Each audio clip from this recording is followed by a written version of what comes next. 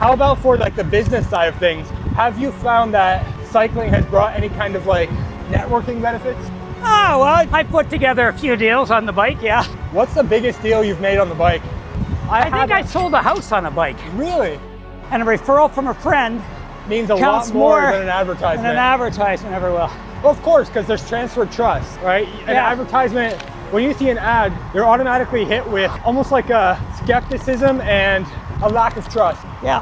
But when a friend refers you, you're now transferring over that trust that you have with them. Because like you trust their word, right? But now there's so many like different gadgets and stuff. Like there's a Whoop band and an Oura ring and a heart rate monitor to cover. Yeah, but if you're on a race day, does it really matter what your Whoop score is? Or is that just getting in between your ears? Yeah, probably. Is that just your first excuse? Or your sleep score. Yeah, you got to answer the bell when the bell rings. Correct me if I'm wrong. Are you still waking up at 3 a.m. these days? Between 3:30 and 4, yeah. That's the norm for you for a while, right? Forever. There's only a certain amount of the day when you can wake up and get informed, read the paper, do your emails with nobody bothering you. And that's a great time to do it. Hello everyone. Welcome to Ride with Purpose. Today I am here with Paul Mannion. Paul has been are you okay if I use your last name? Sure. Cool. Paul has been a mentor of mine, a client of mine for quite some time. So not anymore though. You've evolved nowadays, but Paul, welcome to the podcast. Thank you very much. Nice to be here. Do you mind telling me, just simple as possible, what do you do for a living? I am a building superintendent for 37 buildings. 37? For a company called Sunup Realty these days. Startup. Didn't you work at another company? I had my own business for 38 years before that. Really? What'd you do? I was in landscaping. And how was that? 38 years, like it's got to be a pretty successful company. So, like, how was that experience?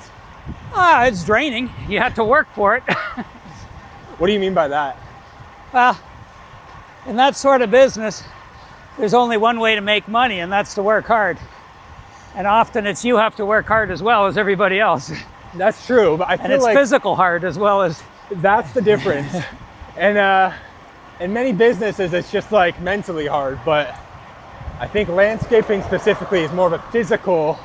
But hey, you're a cyclist, so you have that, let's say, peak physical conditioning, right? Yeah, but I was not as much of a cyclist when I was running my own business as I am now. When did you take up cycling? In the 70s. In 70s. Okay, you've been riding for what, 50 something years? Yeah. How old are you? Just had a birthday, and I'm going to stay at 64 forever now. Happy birthday. So you've been riding for, let's just round up and say 50 years. Yeah, that'd be. And you had your business for 38. So you were already a cyclist when you had your business? Yes, but there was a hiatus in there. It wasn't. Well, I took some. I was working and I was only riding once or twice a week at that point. Once or twice. Not like now when you. Now it's like a main part of your routine. Yeah, it's 4 times a week, and as much as I can do extra. Time is scarce. Yes. Correct me if I'm wrong. Are you still waking up at 3 a.m. these days? Between 3:30 and 4, yeah. That's the norm for you for a while, right? Forever. So why 3:30 and 4? Most people can sleep until 6 or 7, or even 8. There's only a certain amount of the day when you can wake up and get informed, read the paper, do your emails with nobody bothering you. And that's a great time to do it. It is actually the most peaceful time of day. It is. It's actually the only time right now that I can get as alone time. So yeah. I don't know if you've been seeing them on my Strava. A big chunk of my rides have been 5 a.m. rides. I've been chuckling, yep. Because when else am I supposed to get any alone time? She's got to slow down a little bit far. We're going downhill, we'll be able to catch up. Yeah. This is a good distance. Maintain this distance, but go faster. What were we talking about? Okay, so, 3:30 to 4. How important has morning routine been for you? Routine in general is good for me. So not just morning. No, I love the routine. I don't like my routine being wrecked. What would you say wrecks it? Anything. Just like life, family? You know, traffic jams, you know, accidents, anything. People not doing what they say they were going to do. So is that more So of a management thing? that's always been a problem of mine to keep it cool when that happens. It's tough. I get that. This is a beautifully paved road. I'm glad they did this. I told you, it's the nicest road around here these days. I thought Warden was nice last year, but I don't know what they did. They killed it. They resurfaced it. Yeah. I don't know for a fact, but I'm pretty sure it's got something to do with used oil in pavement. I think it's something to do with a legal settlement. Really? But that's only me surmising, not fact. Just spreading gossip for no reason. That's right, exactly. Okay, so morning routine and just routine in general has always been important for you. I mean, I'm curious, what has cycling done to bring you to where you are today? Because you know, you're riding a gorgeous S-Works SL8. There's a little bit of a scratch on there, I'm not gonna But we can talk to Johnny Hammer about that. what has cycling done for you in that sense? Like work-wise, success-wise? It focuses me, it gives me an outlet, gives me a time to chat with people that's not work-related. You know, I have a great group of friends through cycling. It's just it's a release and a centering all at the same time. I think we have a few things I want to touch on there. You said 3 things: a focus, an outlet, and a way to socialize. How do you think it actually brings you focus? Because I feel like sometimes it's just another thing to add in the day, which almost scatters your focus a little bit, no? No. When you're cycling alone, you can think about whatever you choose. You can solve whatever problems you want. You can answer the phone. You can not answer the phone. Well, I feel wind is a little bit of a force when answering the phone. Yeah, but people get over it.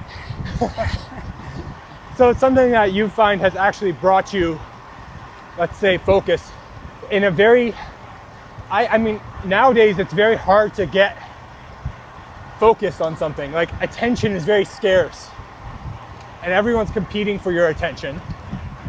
I don't know if they compete for my attention so much. Maybe but not yours. But a big chunk of the world is competing for another big chunk of the world's attention. Yeah. That's all. YouTube, You know, Instagram. my daughter's grown up now, so she's set now on her way, doing well, just married. So Congratulations. there's all these, Are you going to be a grandpa soon? I don't know. I think she's got to get used to being married first. So That's true. It took us 3 years. and I'm not igniting any fires under her butt. Like, that gets annoying after a while. It does. It's true. My parents never did that. I think my wife's parents did a little bit, but they got what they wanted. Yeah, I know my wife would love a grandchild, but all things that comes to them that wait. Yep. That is true. Is that a J.R.R. Tolkien? No, it's been around a long time, before Tolkien, I'm pretty sure. This is the mushroom farm. I had a dream about the mushroom farm yesterday. That's hilarious. Okay, anyways.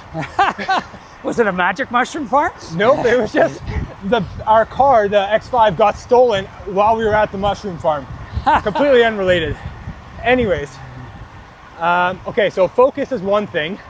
Now, I'm curious as to what you mean by an outlet. Like, how is it actually, because obviously, like, okay, physical energy, that's fine. But what is an outlet for? Well, I've always been, and was very early on, recognized as ADHD. Really? So Why could I not tell? That's why I like schedules. That's why I like exercise. That's why I like meeting all the distractions that come along. You look, the scenery is beautiful. You get to chat with your friends. You can work on making yourself stronger or pedaling whatever speed you want. You can take a picture. It does all those things that I see. What? Since you said that, let me take a picture. Our Tour de France picture. Right? That's funny. You're doing good. Always have to give her a little bit of Oh no, it's just auto pacing. Everybody's going to call us cheats now. Well, we're not even getting the draft benefit Oh, here. sure you are. No, look how far away she is. I think they don't want them at the tour. They want them way further than you might think. Really? Oh yeah. Bro, this tour was, at least the last stage was quite interesting. Oh yeah, wow, crushed it. Yeah. That was good on him. But I think even Pogacar just got tired, you know? He was just like, he mentioned a few times he's tired of this tour. Yeah, but he doesn't like to lose, so he didn't let him win. It wasn't because he felt tired. It's because Wout pounded there, and you know what? Now we're getting the draft. Yeah. Look at that. Wout did a great job. Yeah, no, it was but even a lot of small teams. You can go a little faster. There we go. A lot of small teams got some good wins as well. Yeah. So, okay, an outlet for the mental, we got a little bit of a climb coming up. For the mental, let's say, chaos of ADHD. And I think that's true, because cycling it's something like, okay, outdoor cycling specifically. And indoor. No, I don't know if I agree with indoor. Indoor is like, there's not as many distractions. So when you're in pain, you're just in pain.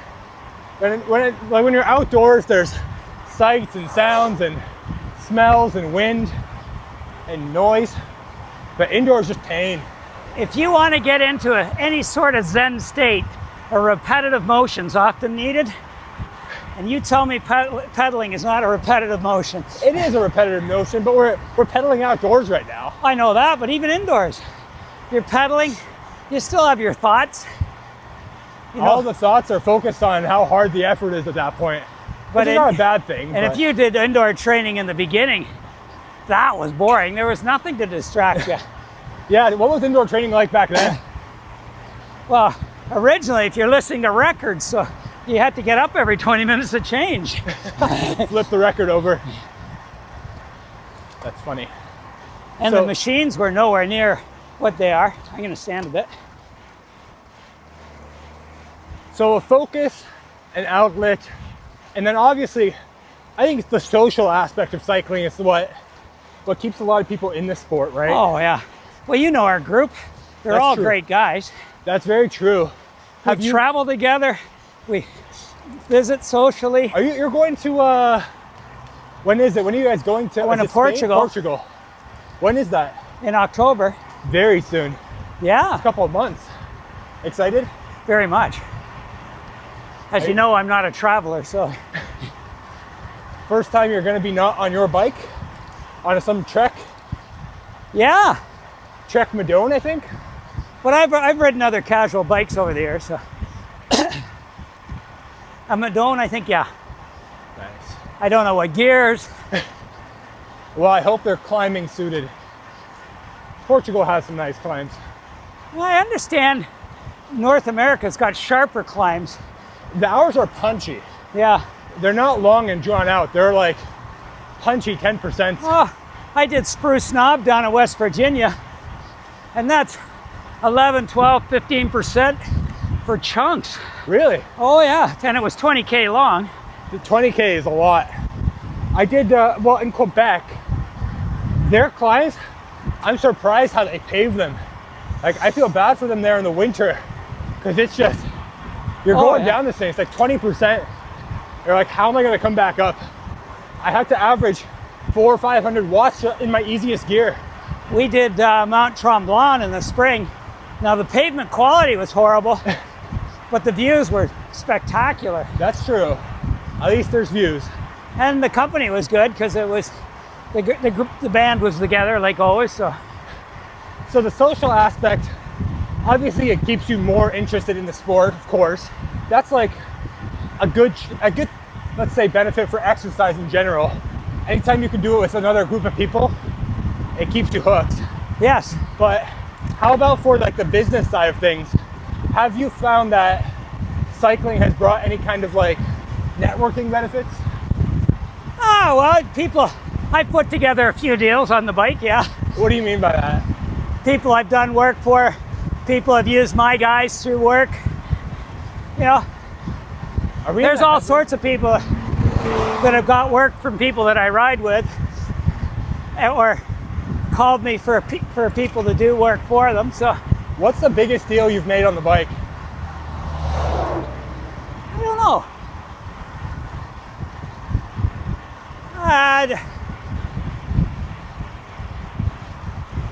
I've done, there was something that was significant, but it eludes the heck out of me right now. Okay, when you think of it, interrupt me, because I'm very curious. I think I sold a house on a bike. Really? Yeah. I put two people together. It wasn't like one person was looking to sell a house in Forest Hill and somebody was looking to buy a house in Forest Hill. I introduced them. Where's Forest Hill? Down in Toronto. It's one of the more affluent areas in the city. Beautiful. I had a client, not a client, I can't call him a client, but I had a, let's say, colleague who shared how he signed a huge $300,000 deal on a bike. And it was like crazy for him because he didn't even know the guy. He just happened to meet him on the track one day. This was in Abu Dhabi. Oh, well, that's a whole different stratosphere there. Yes, correct. Canada is not as affluent, but I still think there's lots of opportunity for networking. Well, this house in Forest Hill was several $1 million, so. That's amazing. So are we in the headwind right now? Oh yeah, just wait till we turn east. I'm excited for that. I'm pushing 300 watts to stay at the speed. I don't know what you're at. You're lighter than I am, but. I'm, right now I'm doing 200, bouncing all over the place. It's funny. Is that Ravenshoe up ahead? Davis. Oh no, it's Ravenshoe. Okay. That might be hard to cross. I think we'll keep going straight. Yeah. Yeah. We'll keep Have going to tell straight. Nicole that she drives and then we'll rally again on the other I side. think so. All right, we'll take a little bit of a break here at the stop sign.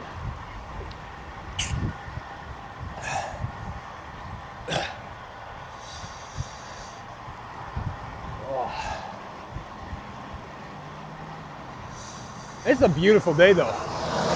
Well, yeah. Aside from the smoke, it's a nice temperature. It was hot Monday and Tuesday. And the wind has just been the wind. I think that's climate change. Yeah. Another one of my speculations, gossip. That's the company I work for. Yeah. Do you think they know you? No, the traffic guys don't know me. There's some electricians that do, some laborers do, but not very many, because we're an offshoot of that company. Are you still working there? You Yeah. are. Right? Yeah. Okay. More of a personal question. Feel free to skip this. I can edit it out. But just for viewer, let's say, curiosity, and for expertise, authority, what's the most amount of money you've made in a single year? Oh, that'd be one I don't want to answer. Okay. That's a wise answer. Oh, that's something my dad used to always say. No, my dad always said, no, you never tell anybody. You don't talk about money. Maybe Why? generalities. Yeah, it does a lot of things. What does talking about money do for you? Well, people can get jealous and true. capricious. But okay, from a mentorship side of things, what's the biggest lesson on money that you have learned over your years in business? Don't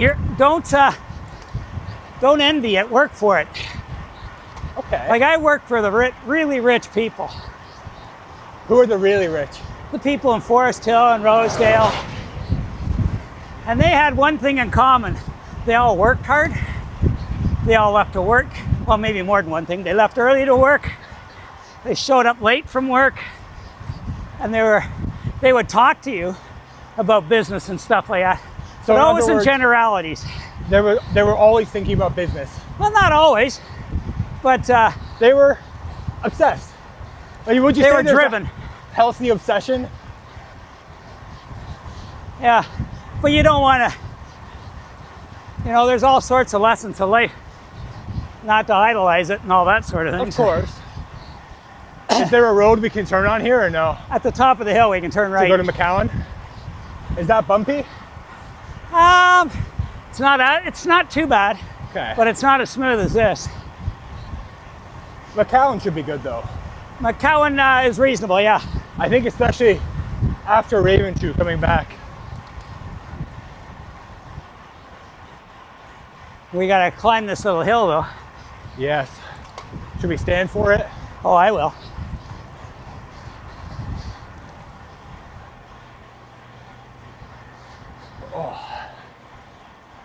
Got a good shot of us climbing. Pardon me? This is gonna be the best cycling content you've ever got. I don't know if you've ever got a shot better on a camera of you riding that's better than this. You know who's terribly good at my camera work is Mark. Really? Yeah. Mark, He's got drones and all that. He loves it. Whoa. Nicole, going right.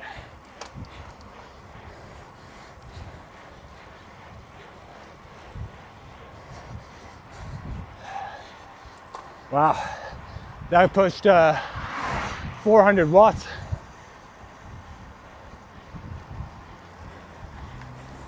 You've ridden this road with me before. I think so. I recognize it. Oh, okay. Where were we? You were riding these roads when you were first getting into riding kits and everything else. Yes, that was many years ago. The first Feels time, like many years ago. first time I ever rode with you, you were On flat. tennis shoes and a muscle shirt. Hey, at least I was buff back then. Buffer. Oh, Now I feel skinny. you were fit. I'd like to think of myself as still fit. Oh no, you were, but you were fit. You didn't think an old man would be able to stay out in front of you. Well, you are quite the strong man. Okay. Question. What has been your lowest point in business? Yeah, that's a good question. What's been your lowest point? My partner died in 2000. Way too early. And it caused a huge look into me, into what I was doing. I was looking at that in that way before. I had quit drinking before that. Were you drinking? I was, yeah. So, Probably too much. okay, so would you call yourself reformed or? Oh yeah, you'd have to say I'm a reformed alcoholic. Well, you're always an alcoholic.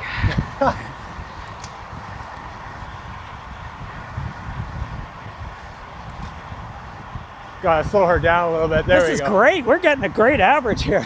I know, when I did this as Ron, I think we averaged like a 36 kilometers an hour.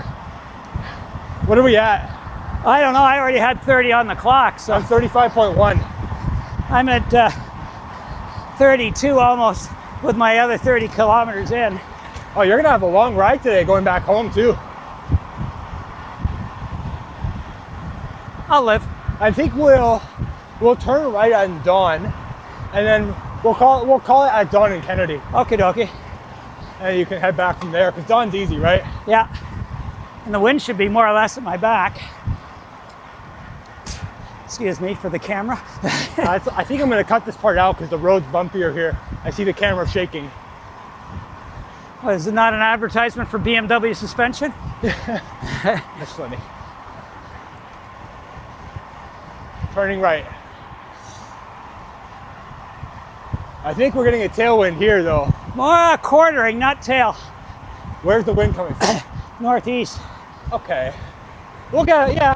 A corner should be nice. Oh yeah, quarter's good. Better than a head.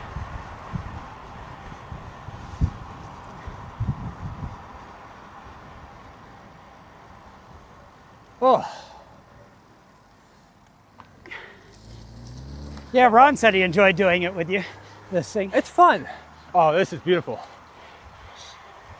I think these are gonna be fun. It's a very niche. Go, go, go, go, go. Yeah.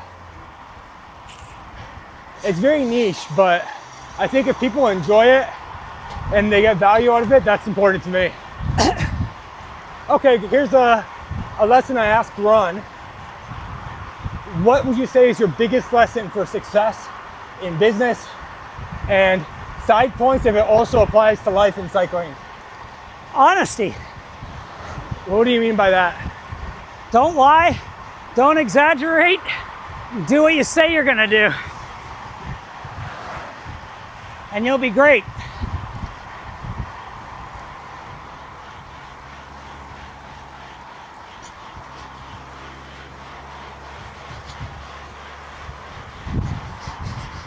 Have you hit the 1,000 watts yet? Nope. I got 900 there. I got 700.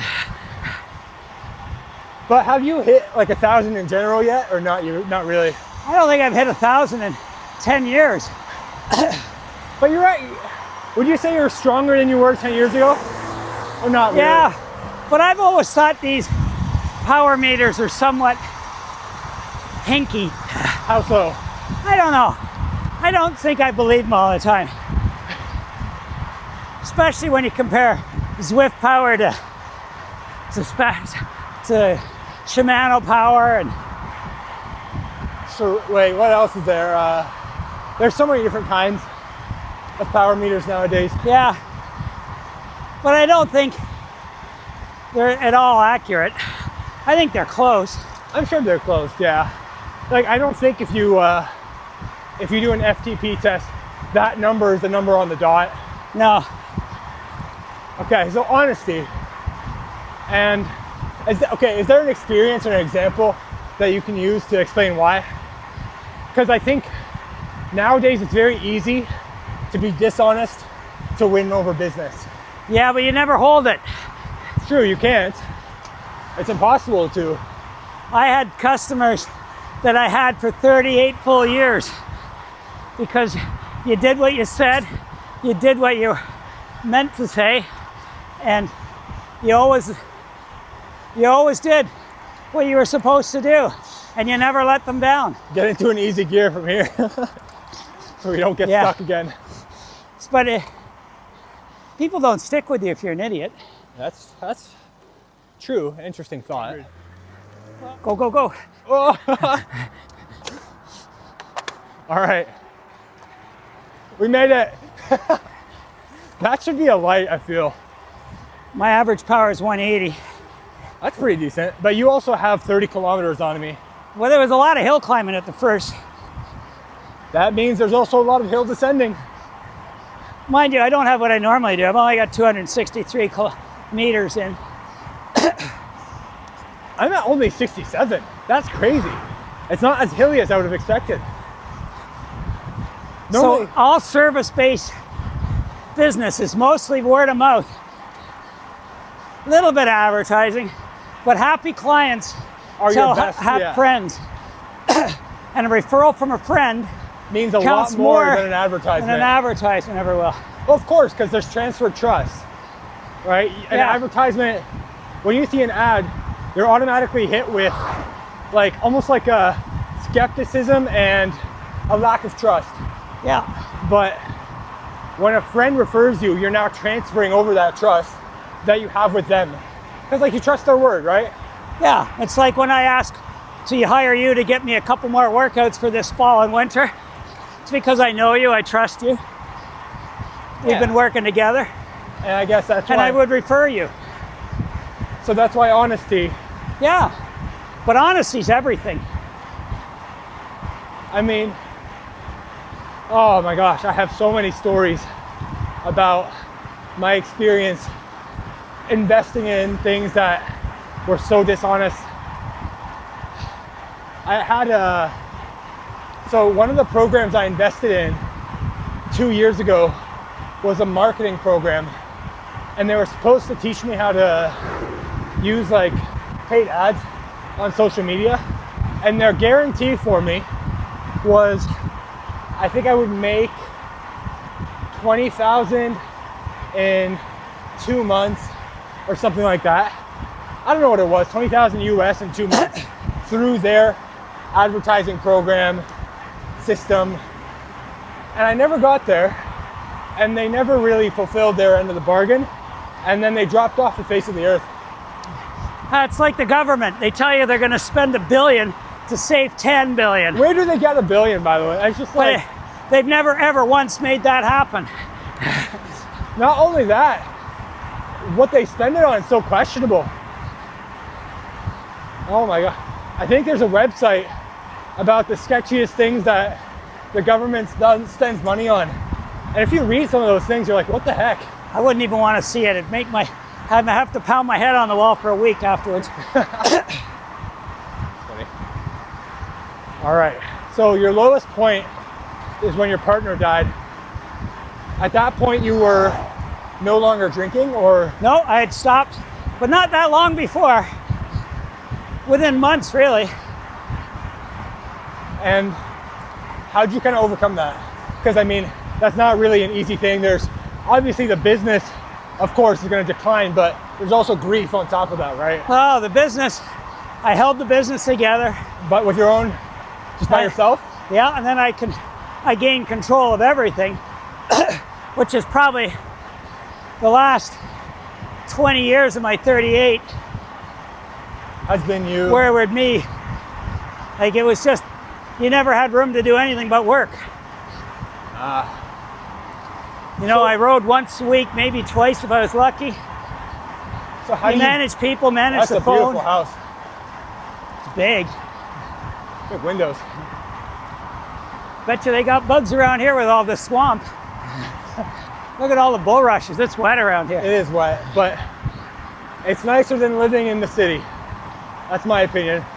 Go have a barbecue at 9 o'clock in the evening on a summer night and tell me. How do you fit cycling in when you're so busy with work? Well, that was the problem. You weren't. You know, you're working 7 days a week, and I'd cycle on Sunday mornings. That was the guaranteed. And then try and get one other day in the week. I'd often ride with my buddy Mark or John. And then that was it. Your ability was declining at that point, you know. How old were you? Let's see. I guess I'd have been about, well, would have been in my late 30s at that point. That's a point where a lot of people are still quite strong. I mean, Mark Cavendish was 38 when he retired. 38, 39. I'm riding better now than I was when I was 38. That's a testament to, what is that a testament to in your opinion? I'd say having some time. But I think your strength training might have had a little to do with it. Okay, that's solid, but I don't think you're training 10 hours a week. So even with time, now I'm training more than 10 hours a week. Really? Oh yeah. How many hours are you on the bike? But this is also summer. Yeah, 10. Yeah, 10 in the summer, 6 in the winter. Plus I did strength training. 2 strength trainings, about 45 minutes each time. Well, you also have the discipline to wake up before most of the world's up. Not that you're getting your training done during those hours, but I think that frees up a little bit more time in the day so you can move things around, no? Yeah. Well, it gives me the ability to finish early to do stuff like this. Where's Doan from here? This is Holborn, one more is Doan. Okay. Oh, we're on we got to turn here. Why? Because the Doan's closed. Are you sure?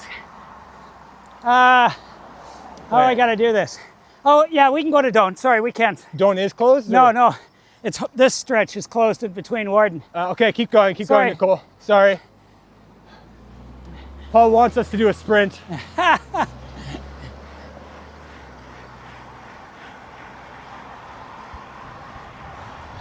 That's gonna slow our average speed down. Oh dear. Now it's gonna be 35.9. At least there's no cars. I thought when I was coming across out here, there was a lot of cars. I'm surprised you were on Mount Albert Road though. I don't feel like it's the safest road to ride on. No, but I had that hill and then I turned and I knew I was gonna come up, so. Have a don't know. little wind at my back for a few minutes. Mount Albert and Davis are two roads I don't think I'd ever ride on. Mount Albert I have, but Davis I have too. really, Yeah. I think a Not by cyclist, choice, but circumstance put you on it. So I think a cyclist was killed there recently. Not recently, but a few years ago. I know a pedestrian was killed there recently. it's getting to the point where people are getting killed everywhere all the time, Yeah. Sad to admit, but which is unfortunate. oh, bumpy here. This footage is not going to be great. It's not too bad. You can always do it again if you have to. Car behind. They're taking it pretty well, actually. Who? The The cars? cars. Yeah, I'm surprised. I think it's because there's a car in front of us.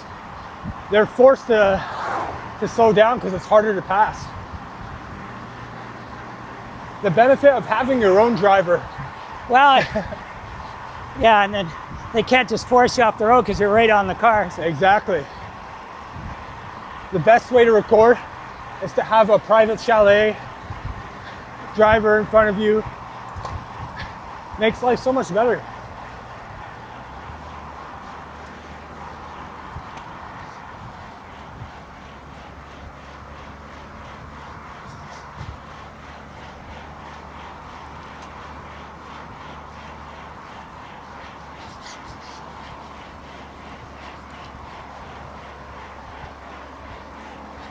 Is zone up here?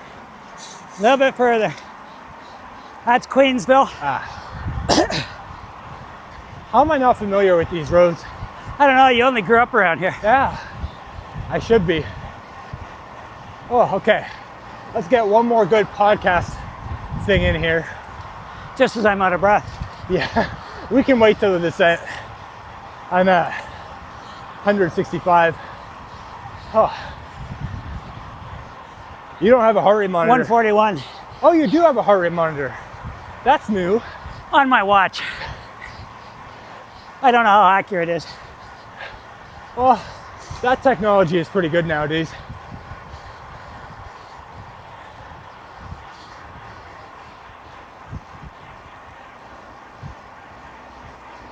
Oh,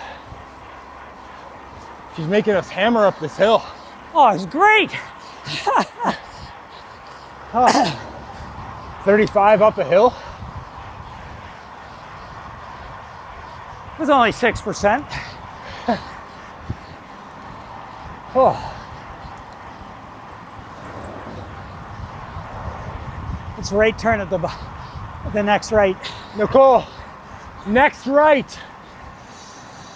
Okay, It kind of sneaks up on you.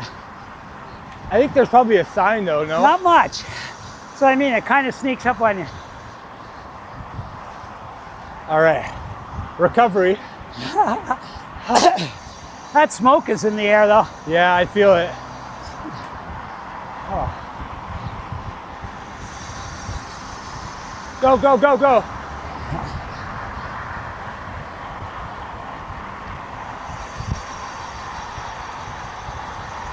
You know, Just on the next downhill after the lavender farm. okay, let me look at my questions list. I always forget them after working hard. Oh, bump. Ah, that's a good one. What was the hardest ride you've ever done in your life? Hardest ride? Yeah. I guess I'll go with the most. I don't know if it's the hardest. There's all sorts of hard rides, but we just did 178 with the Eagles the other day. It was pretty warm. Was that And the one to Port Perry? Yeah, 1,700 meters of climbing. In Canada, that's pretty decent, at least in our area. Yeah, and it was hot. I'd say it was into the 30s. That was the hardest ride you've ever done in your life? No, I don't know. Or is it like, now that I asked you, you forgot all the rides you've ever done? I did some cycling in Cape Breton after Hurricane Andrew, Oh, and the winds were still up. I did bonk on one of the mountains out there. You're not much of a bonker, I find, though. I was that day. The wind was going whichever way your wheel was turning into. It's always a headwind. Yeah. That's crazy. It's kind of, Dubai is like that sometimes, but at least it's not always a headwind, because when you get the tailwind, you're going fast. Yeah. Nowadays, I just treat it all. Like if I'm going into headwind, I don't care how fast I'm going. I just want to know how many watts I'm doing. I don't know. In the Emirates, there were times that I'm riding in flat, like it's basically entirely flat, but like you're riding on a flat and you're doing 350, 400 watts and going 21 kilometers, 18 kilometers. Yeah. Like, what the heck? But if you do it as a wattage exercise and don't look at that, what does it matter? You know, a fast average is great. Like, don't get me wrong, I love them. But it's vanity. It's the same way. It is. It's a vanity metric. And vanity's, I don't think anybody doesn't have it. But I think especially when it comes to training, it's something that you almost have to ignore. I don't know, that's personal. I know you don't do much structured training on the bike. You do Zwift races and stuff like that, but at least my structure is, 20 minutes hard. Okay, so there's still some there's structure. A lot of structure. I do it all. It's climbing though. I have to have a good climb for that. I always like climbing the hills. I hit every hill's my own little race. You have quite a few KOMs in the area, no? Or at least top 10s. They're starting to all go away. There's a few top dogs in town now that are kicking my derriere all over the road. What does a top dog look like here? I know Angelo Volpe is on the charts at most places. Younger? Yeah, he's a real nice guy. I met him a couple times. Really? Yeah, you've met him at that Wounded Warriors ride at OPP. He met him in the parking lot with us. I never remember names. Yeah. I only remember. Real nice guy. He's super duper fast. And there's a few guys like that. All the old guard, we're losing our records now. Wow, you can really smell the smoke here. Unless that's a bonfire. Could be. Could be the smoke too. They're in a sort of a hollow here. But yeah, it's, everybody's better. They're training harder. They're younger, they're faster. Yeah. And now new technology and stuff. Yeah. I talked to, I don't know if it was you or if it was another, let's say a more seasoned cyclist, about heart rate data. And maybe it was Tom, I don't know. But he was like, I don't need a heart rate monitor to tell me when I'm tired. My legs and lungs will tell me that. Yeah, that's me too. Okay. That's all of us. But now. But I rode with all these old Polish guys, and Tom's my age. But I rode at High Park Cycling, and that's who I rode with. And but now if you're tired, ride some more, you'll be better. But now there's so many like different gadgets and stuff, right? I don't know.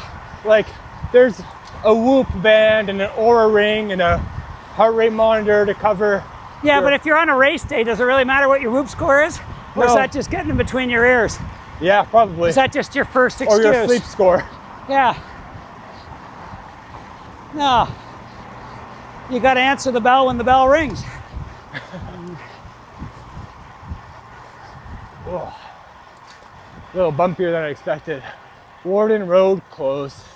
Well, Paul, appreciate your wisdom and conversation. Such that it is. But I think this was a good ride. We averaged a pretty good speed. It was fun. What did we average there? I got 36 on the dot. Oh, wow. Yeah, Tom just lives down the road here. Really? Yeah. First road down on the right. Ah. Good stuff. All right. Calling it here. How far did we go in that for the average 30? 27. We did 27K there? Yeah. Wow. Did you feel it? No. All right. One more piece of wisdom to end off the podcast. What would you say if you wanted to leave someone watching with one lesson or one piece of wisdom, just in general, success in business, success in cycling, success in life, what would it be? You can always go a little harder. Oh. There's always a bit more. I think mentally, it's always like you always finish mentally before you do physically.